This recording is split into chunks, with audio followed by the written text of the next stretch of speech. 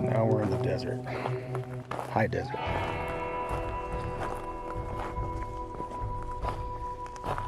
What about the middle, I guess the Midwest of Colorado?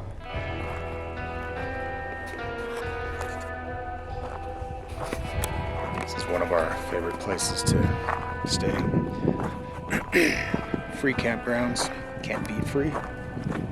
And there's some really great places to eat, usually. If it weren't for the COVID, check this out. Whoa, okay. That was fun. But this view, it's called Buena Vista.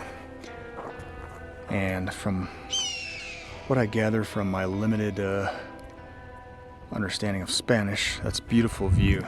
Vista, Buena. So, we'll try to get a good view of the beautiful view for all the viewing audience out there.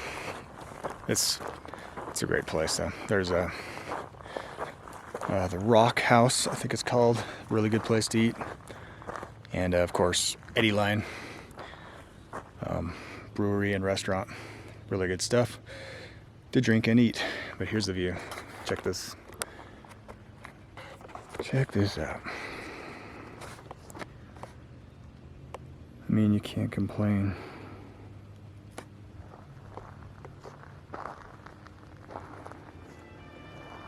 With that kind of view.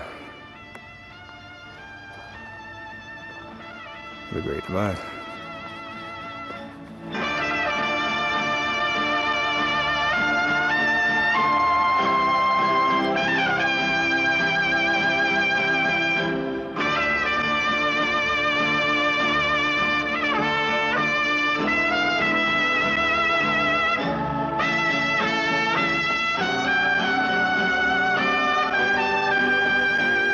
Yeah, and as always the case, pictures, video don't do it justice, but so yeah, it's this little town in this little valley high up here in the Rockies, and I guess until just recently they didn't have a whole lot going on, but they had some investors come through, started building the place up. It's got this really unique, this kind of tiny frontlets, is that the right word? Storefront type housing throughout the center of town. And from the history that I get, I think it was built on a dump. So, you know, some genius saw the potential, saw all this, and he's like, got to turn this into a tourist destination. Bought the landfill, started building on it, and the rest is history. It's really built up quite a bit. It's got, you know, its own unique charm. There's still a lot. The weird part is maybe I'll get that on film. I don't think we're going back into town tonight, but usually when you go through town at night, it's kind of eerie because there's all these houses and like what look to be shops, but everything's empty, and it's kind of this eerie, like this kind of abandoned feeling to the town. But that's probably just because it's not fully developed yet. It's not bustling like somebody envisioned it. Well, maybe someday, barring, you know, COVID doesn't destroy the economy like it's doing everywhere else practically. But it's a beautiful place. It's really like something out of a Western. Just this rough desert landscape, you know.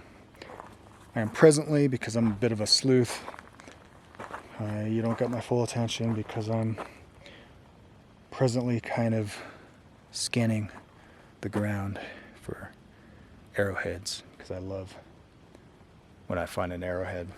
It's really a rare treat. It's not a common thing these days like it used to be. Harder and harder to find. And if I walk away from an area after finding one, even if it's a shard of some flint, to me that's That's amazing. Because what are the odds, right?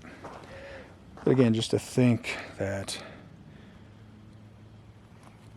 the different types of people from different types of cultures and understandings of the world, and yeah, just different people from different worldviews that walk the same earth hundreds and hundreds of years ago, thousands of years ago.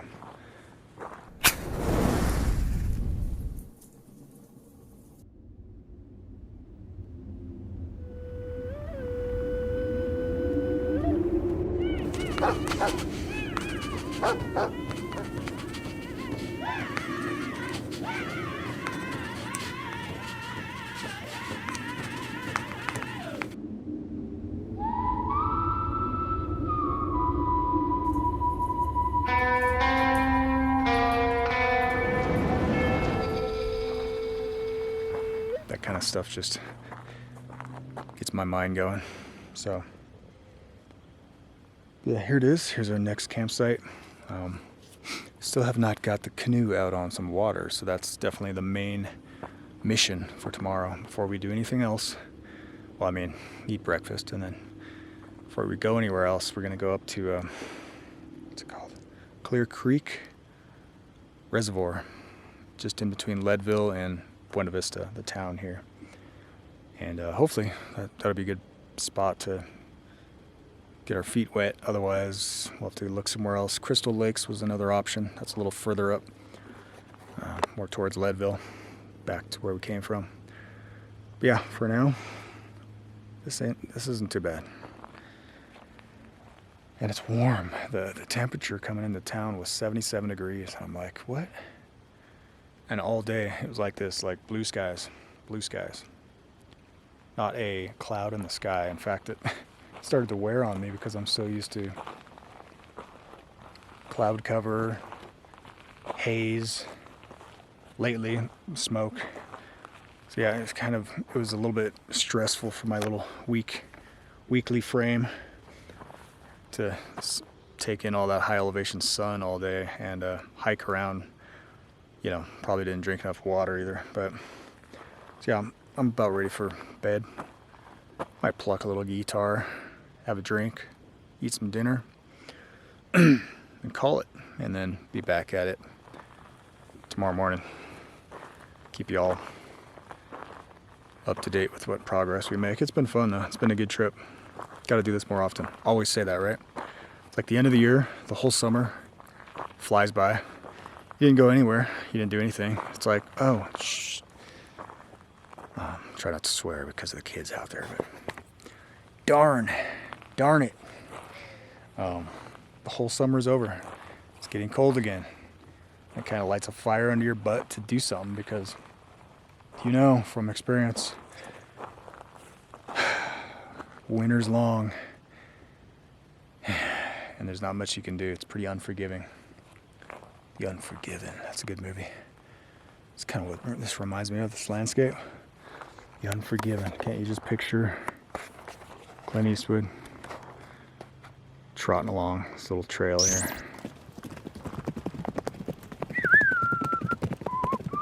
Is that from The Unforgiven? I can't remember now. Eno Morocco, though. He's made some good music. That guy is quite the genius in creating an atmosphere. Good tunes, man. Might have to add some of those to my video, just because I love his work so much. But I think I pronounced his name right. I hope. Morocco. I'm gonna mess it up now. Damn it! I'll have to edit.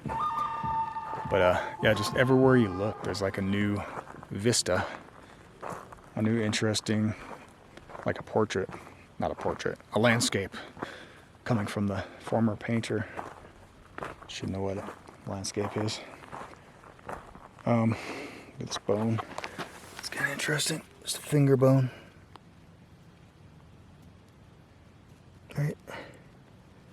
Not saying a human finger, I'm just saying. It does look like an animal. Yeah, it could be like a deer or elk.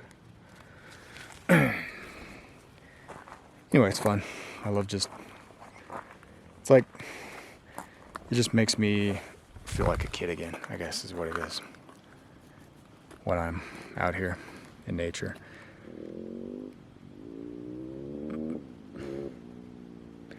Imagination, like, I'm gonna set the camera right here because this is like better viewing angle than looking at me. Look at that. I mean, like, who is this guy? Whew, pretty studly. You have a backdrop like that, you can make anything sound epic, right? Buena Vista, beautiful view. But anyway, yeah, just to get kids out in nature more. I know I always sound like I'm trying to school the parents when I don't have any kids myself, but hey, I can give advice. I can observe, human behavior, which I've done most of my life, and take notes and put a little attention at the top of it, forward it on to those to whom it may concern. I'm just saying that the more kids get out into nature, based upon my own experience as a young boy, and thankfully my parents took us out into the countryside. I remember my fondest memories, I guess, were out in a little town of Mead, and lived in this old, out in the middle of nowhere. I don't know what they were thinking, but it used to be a restaurant, I guess. Really neat old house, had huge windows all the way around. But we had chickens, we had lots of cats, dogs. I remember we were right down shooting range. We were right down range from a shooting range where they'd like shoot clay pigeons, and on a regular basis, the little tin roof of the chicken coop, you'd hear this raining coming down from the little pellets. That was just seared in my memory. It was almost kind of scary because you're thinking, man, those are from guns, but at that stage, they're not going to hurt anybody. And I spent a lot of time just outside,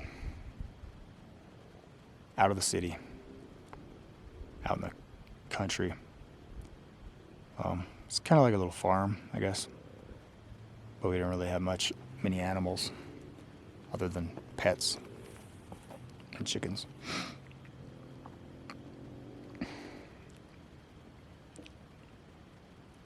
But yeah, the way kids are completely mind controlled these days to just constantly require stimulation, and to be this passive kind of consumer product, this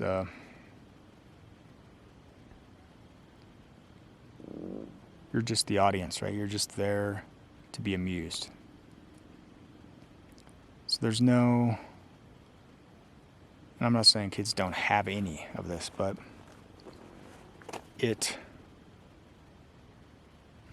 quells, it suppresses that inner creativity where you can think freely and imagine for yourself a different world instead of just sitting back passively and watching what other people have created for you.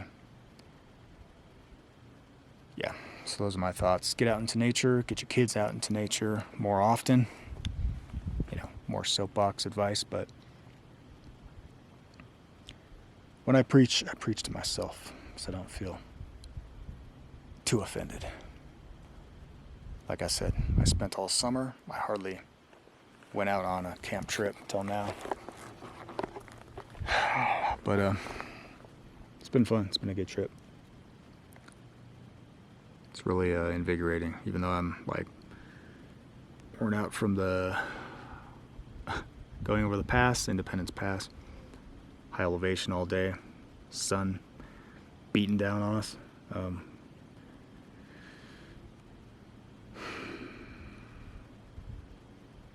There is something about nature that just refreshes your mind, reinvigorates you. And if you're in a static environment, even if you're in front of a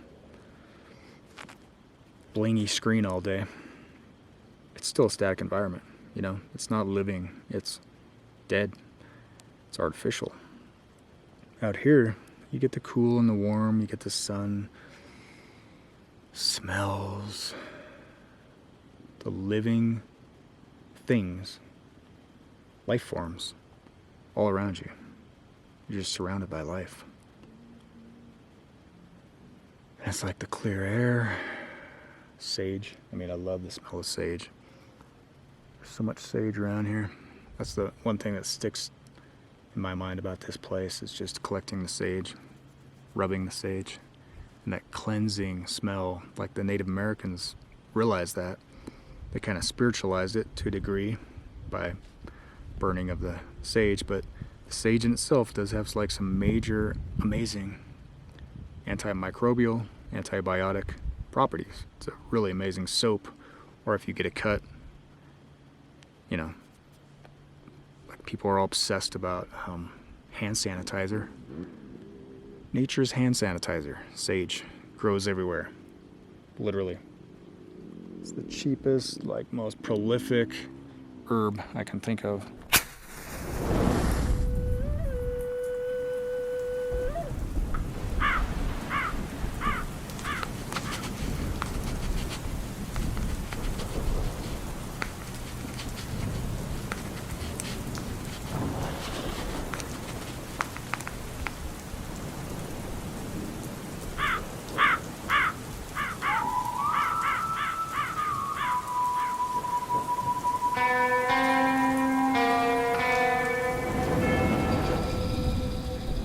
So yeah, if you're that obsessed about the COVID, like it seems the norm around here, even entering into this town, there's this huge sign, wear your mask.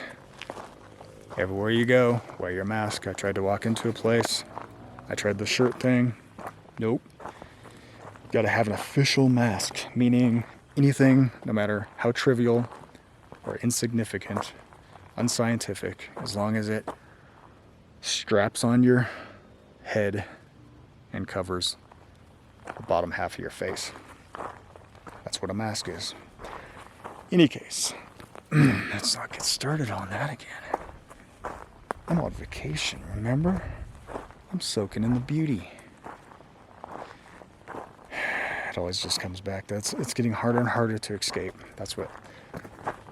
It's getting to this point in this country where, you know, like the meme, just wait till the people who just want to be left alone get involved. It's getting to that point where they just want to get so up in our business that it's like, all right, you know, I tried my best to keep it in, but if you're going to get up in my face to the point where I can't just be human, I can't just move freely, it's going to have to get ugly. And I do not recommend that in the slightest. Just to be clear to my audience, I would not recommend. Personally, I don't think violence solves anything. Usually makes things worse. It usually plays right into the little game that they're playing. They poke, they provoke, and, you know, even well-meaning people react, and it's like, oh, look who's the new enemy of us all, the new threat to society. We're going to have to clamp down on these folks. We're going to have to strip their rights away. We're going to have to pass more terrorist legislation against all these homegrowns. It's usually how it works. But more civil disobedience, right, is definitely called for. On a massive scale right now. That's the problem. There's too few of us willing to resist tyranny.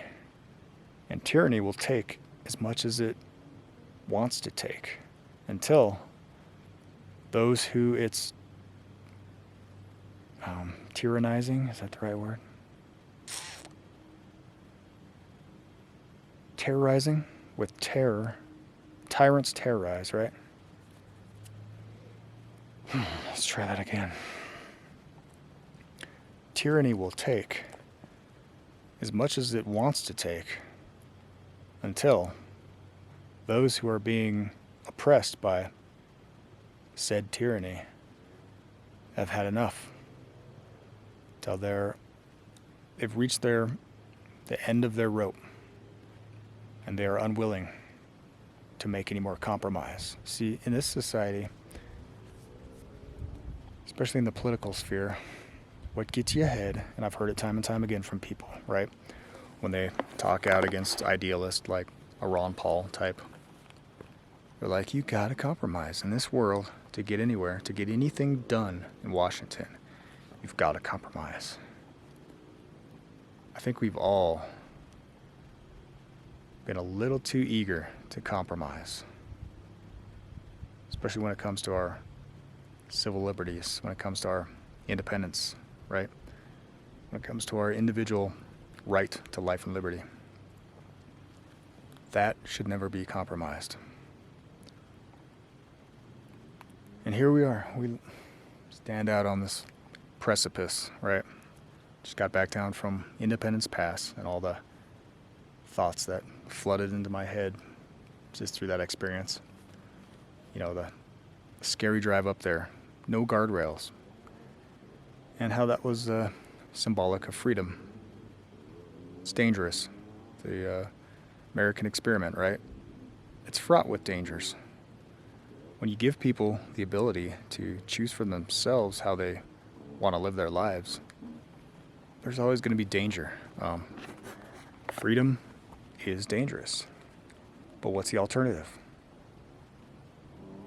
Hundreds and hundreds of years of oppression that the Western world experienced through the Dark Ages, when people were just completely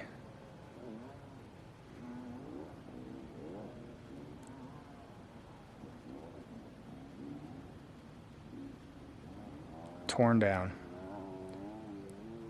oppressed. Every aspect of their life was controlled.